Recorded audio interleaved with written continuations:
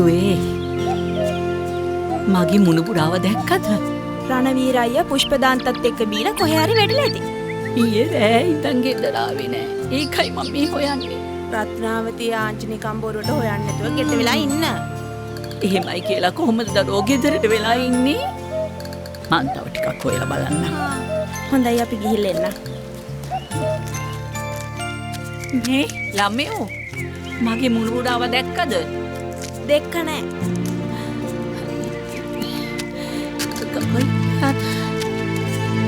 මේ ආච්චිට මේ මුණුපුරාගෙන් හරි වදේනේ.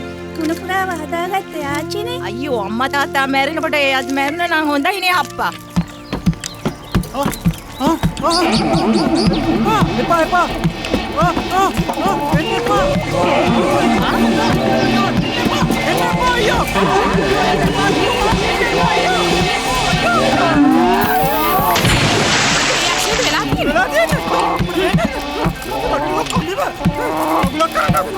අපේ ගමේ මිනිස්සුන්ගේ වයස ගැනවත් හිතන්නේ නැති මිනිහෙක් තමයි මේ රත්නාවතී ඇලපාත කුමාරියා මිනන්දයි මුණුපුරා. අපේ අප්පච්චිට තුනටිය අමාරුව නිසා ඊයේ පිලේ බූරු ඇඳක් දාලා නිදාගෙන හිටියා. මේ රණවීර ඇවිල්ලා කකුලෙන් ඇදලා බිමට දාලා පැනලා ගිහිල්ලා තිබුණා. කොන්දට පත්තුවකුත් බඳින්න උනා. අපිට සිදු ඒ මදාවියා මන් තමයි. තනි පංගලමේ ගෑල් ළමයෙකුට ඔයට ගිහිල්ලා නාගන්න බැරි තත්ත්වයක් නේද උදා වෙලා තියෙන්නේ. මේ රණවීරයා ඇඳුම් ටික සේරම ගිහින් හංගනවනේ. ඒ අවලම මන් තමයි. ඒ මදිවට ඒ මිනිහට උදව් කරන්න පුෂ්පදන්ත කියලා හාල් පාරිකුත් ඉන්නවනේ. අප්පට සිරි. ඒ කිව්වේ නම් මං ගැන තමයි. ඊයේ දවල් කෑම උයලා ළමයි ඉස්කෝලේ ඇරලා එනකන් නාගෙන එන්න කියලා ගියා. ඒන ටිකට ගැට පැනලා කැම ටික සේරම කාලා. ඒපට ජාලී පාහේ මන් තමයි. නිලම් මාමා ඉක්මනටම මේකට විසඳුමක් නොදුන්නොත් මේ හොරා මුළු ගමම වනසයි. අප්පට සිරි. හොරා මේ හොඳ දේශපාලඥයන්ට කියන නම් මට කියන්න දෙන්න එපා. හරිද? ඇයි මේ විදිහට අමන පාහර වැඩ කරන්නේ? මට මගේ දේපොළ කොටස නොදුන්නොත් ලංකා සිටිය මේ ගම මකලා දානවා. අපි මේ තමුන්ට බය ඉන්නෝ කියලා හිතන්න එපා. මේ රත්නාවතී නන්දට ගරු කරන නිසා තමයි තමුන් බේරලා ඉන්නේ. නැත්තම් මෙලහකටත් පොලිසිය. අප්පට සිරි. අපි තිතප්පක් වොන්න නැතුව එහෙම කළා නම් මේ අහිංසක ආච්චි උසාවි පොලිසි ගානේ අඬ රස්තියාදු වෙනවා. ඒ අනුකම්පාවෙන් උඹලා අයුතු ප්‍රයෝජන ගන්න එපා. අනේ පුතේ ඔයා සමාජ ජාතික අන්නවත්තලා සීයාගේ නම්බුරයක ගනින් පුතේ. මට මගේ කොටස දුන්න ගමන් මගේ සේරම නවත්තලා දානවා. නේ. නිලවේ පුතේ. මට අයිති ගේ දොර ඉඩ කඩන් හරක බාන වතු පිටි මුදල් හදල් වලින් මේ අසමත් ජාතියේ කොටස දීලා දාන්න කටයුතු කරලා දෙන්න. බෙදන්න හරි ලේසි. ගේ දොර වලින් ගේ මට දොර ආච්චිට. ඉඩම් කඩන් වලින් ඉඩම් මට කඩන් ආච්චිට. වතු පිටි වලින් වතු මට පිටි ආච්චිට. රොටියක් හරි හදාගෙන කාලා ඉන්න බැරිය නේ. මුදල් මට හදලා ආච්චිට. හරකම් මට බාන ආච්චිට. අන්න එහෙම සාධාරණ විදිහට බෙදුවොත් තමයි මං මේ කැත වැඩ සේරම නවත්තන්නේ. කොහොමද මගේ මොලේ? ඊට වඩා හොඳ බෙදිල්ල මං කියන්නද? කියන්න. දැන් රණවීර ආච්චිට දෙනවා කියපු කොටස රණවීර තියාගෙන අනික ආච්චිට දෙන්න. හප්පට සිරි. කොහොමද මගේ මොලේ? ඒකනේ බෑනෝ මේ ගමේ හැමෝම මට නිලමේ මාමා කියන්නේ. මේ ගමේ මිනිස්සුන්ගේ ආරක්ෂාව වෙනුවෙන් මට උඹලා දෙන්නගේ හතර හන්දි කඩලා මේ ගමෙන් එලවන්නත් පුළුවන්. මේ ගමේ ඉන්නේ උන් කතා කරලා වැඩක් නෑ බං. යමන් යන්න. අද ඉඳලා මේ මුළු ගමම වනසන්න පටන් ගමු. යමන්. අද ඉඳලා පටන් ගන්න අලුත් දෙයක් ඈ. කන පටන් ගන්න නැතුව යමන්.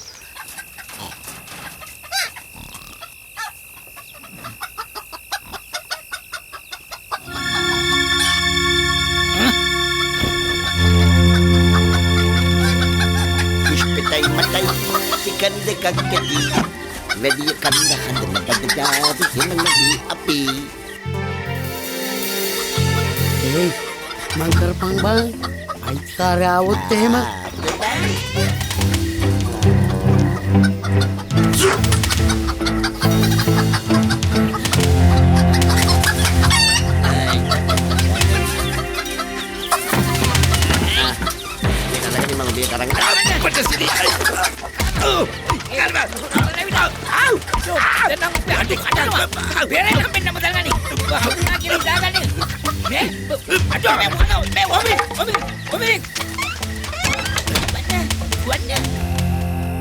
සේපාලිකා සේපාලිකා නැගිටපන් නැගිටපන් කොටුවට හොරෙක්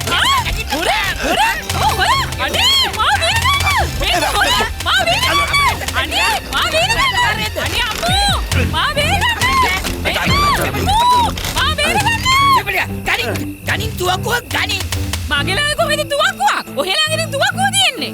මම පිස්තෝල ගැන නෙමෙයි ඇහුවේ තුවක්කුව ගැන ඇහුවේ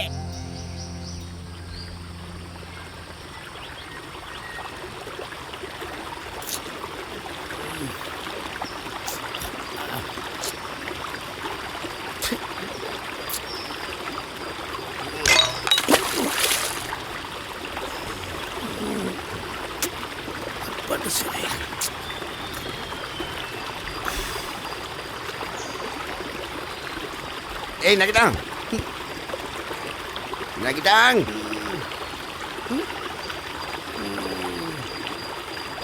මොනවද බං අපි ඊරයට කාලා තියෙන්නේ බිත්තර නම් කාලා තියෙනවා චිකන් නම් කන්න හම්බුන්නේ හැබැයි මල් පැණි නම් බිව වගේ මතකයි. අපට සිරි ඒක තමයි මූණේ කටේ කුඹි වාලා හිටියේ මගේ තිතියද බං? උඹේ කටේ කුඹි විතරක් නෙවෙයි බං කටුස්සෙකුත් 12 පාගෙන හිටියා අනේ ඵලයක්.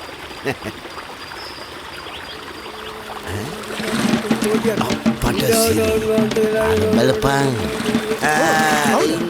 අර ඉන්නේ මට පේනවාද අර ඉන්න එක ඒ අපේ පන්සලේ දේවාලේ කප් මහත්තයනේ බං. මට හිතෙනවා කපු මහත්තයාගේ පස්ස පැත්තට පයින් ගන්න උඹට පිස්සුද? ඇයි කප් මහත්තයා කියන්නේ දෙයියොත් එක්ක ඩිරෙක්ට් කන්ටැක්ට් තියෙන කෙනෙක්. නෑ මම පයින් ගහනවා එහෙම කරන්න එපා. එහෙම කරනකොට පයින් ගියව පෞසිත වෙනවා. මම මේ පාපේ නොකළොත් අපේ නිලමේ මාමගේ මල පණින ගන්නයි එහෙම නොකළොත් මට අයිති දීපල ගන්න අමාරුයි එහෙනම් බල ඉන්න එපා. ගිහිල්ලා මල පයින්න ගහන්න පයි.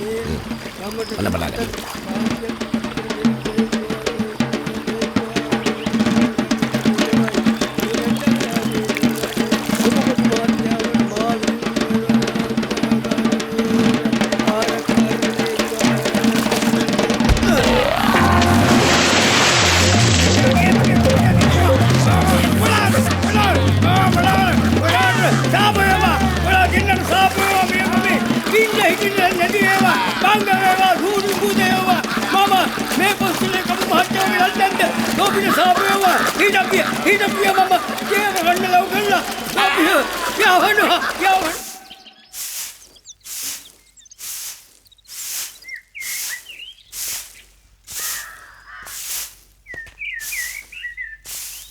ආච්චි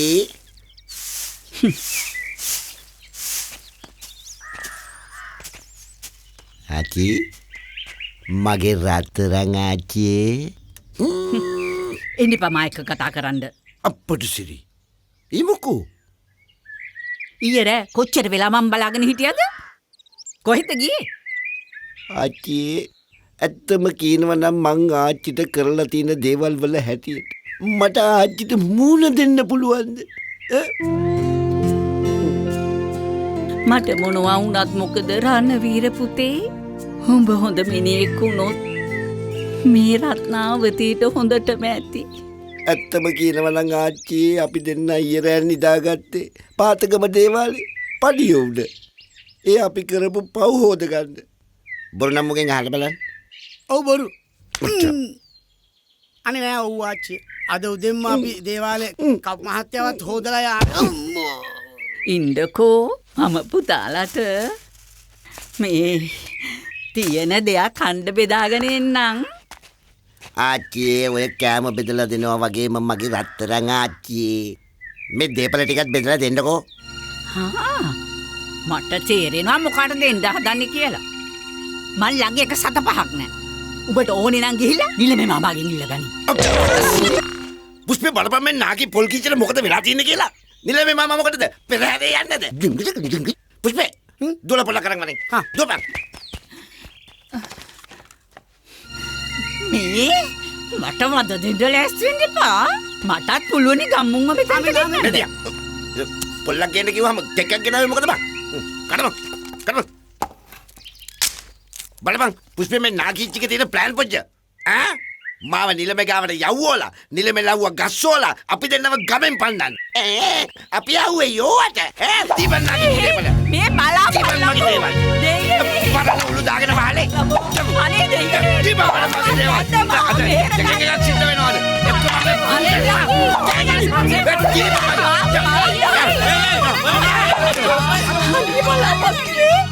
මේ යක්ෂයා සල්ලි ඉල්ලීලා මාව මරන්න හදනවා. ආච්චි කියන බොරු. මම මේ බැලුවේ මේ අතේ තියෙන පොල්ල හයියද නැත්නම් ආච්චිගේ ඔලු ගෙඩිය හයියද කියලා. මෙච්චර අතපය හතර හයියට තියාගෙන ආච්චිගෙන් කකායින් ලැජ්ජ නැද්ද? ඒක නේ නන්දුවේ. මුළු ගම පුරාම රස්යාදු ගාන එකේ රස්සාවක් කළා අම්මක් වෙනවද? මට උරුම දේපල තියාගෙන මං ආච්චිට කරදර කරන්න ආවොත් ඊළඟ යාම ඕනේ නෑ. මේ අපි ඇති. අපිත් මේවා ඉවසම් බලාගෙන ඉන්නේ. වගේම ගහලා ලවන්න ඕනේ. මං ආයි ආච්චිට කරදර කරන්නේ නෑ. මං කරපු වැරද්ද මට තේරුම් ගියා. ආච්චි මට බඩගිනි ආච්චි මොන හරි බෙදලා දෙන්නකෝ කන්න. මේ ඔයගොල්ලෝ යන්න. මං කාලේ එන්නම්. හරි අපි යන්. හරි අපි යන්න. හැබැයි අපි අවදානෙන් ඉන්න බව මතක තියාගන්න හරිද? යන් අනේ යන්න. ආච්චි මට බඩගිනි ආච්චි. එහෙනම් වරින් කන්න දෙන්න. පව් ආච්චි මේ හාල් පාරුටත් කැම ටිකක් දෙමු. හරි අඬ ගහගෙන වරින්. හරි.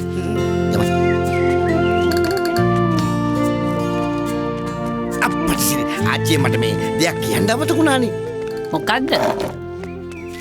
ඊයේ අර දේවාලේ පඩිය උඩ නිදාගෙන ඉන්නකොට හීනෙන් සීයාවනේ මගේ ළඟට. ඇත්තද? ඉතින් සීයා මොනවද මං නෑවේ පුතේ? සීයා ගොඩාක් දේවල් ඇහුවා.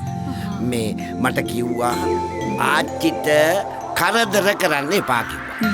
මට ඉඳගෙන කිව්වා අර සීයා කන රිදීපි ගානේ ඒකෙන් කාලා ඒ රිදී කෝප්පෙන් වතුර බොන්න කියලා. එතකොට මම මේ කරන වැරදි වැඩ සේරම නවතී කියලා කිව්වා. හැබැයිද? ඔව්. හරි එහෙනම් ඉතින් මං සීයාගේ පිඟානෙම පුතාට කැම බෙදලා දෙන්නම්කෝ.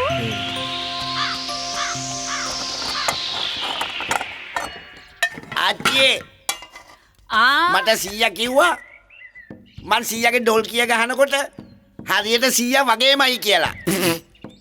ඇත්ත නේනම්. මගේ පුතා ඩොල් කිය ගහනකොට හරියටම සීයා වගේ තමයි. පුෂ්පේ උඹත් ඔය නිකන් එහෙම ඇවිද ඉන්න එකේ අපි සීයාගේ ට්‍රම්පට් එක ගහන්න පුරුදු යන්කෝ. මගේ පුතාට රීති පුතා වේලාසනින් මේ කතන්දරේ කිව්වනම් මං සීයා කැමති කෑමත් හදලා දෙනවනේ. සීයා කැමති කෑම කන්න මේ දියන් මම කැමති නෑ ඒ කෑම කන්නවත් මේ කෑම කන්නවත්. මම කැමති රිදී වලට මේ තියෙන යමක්.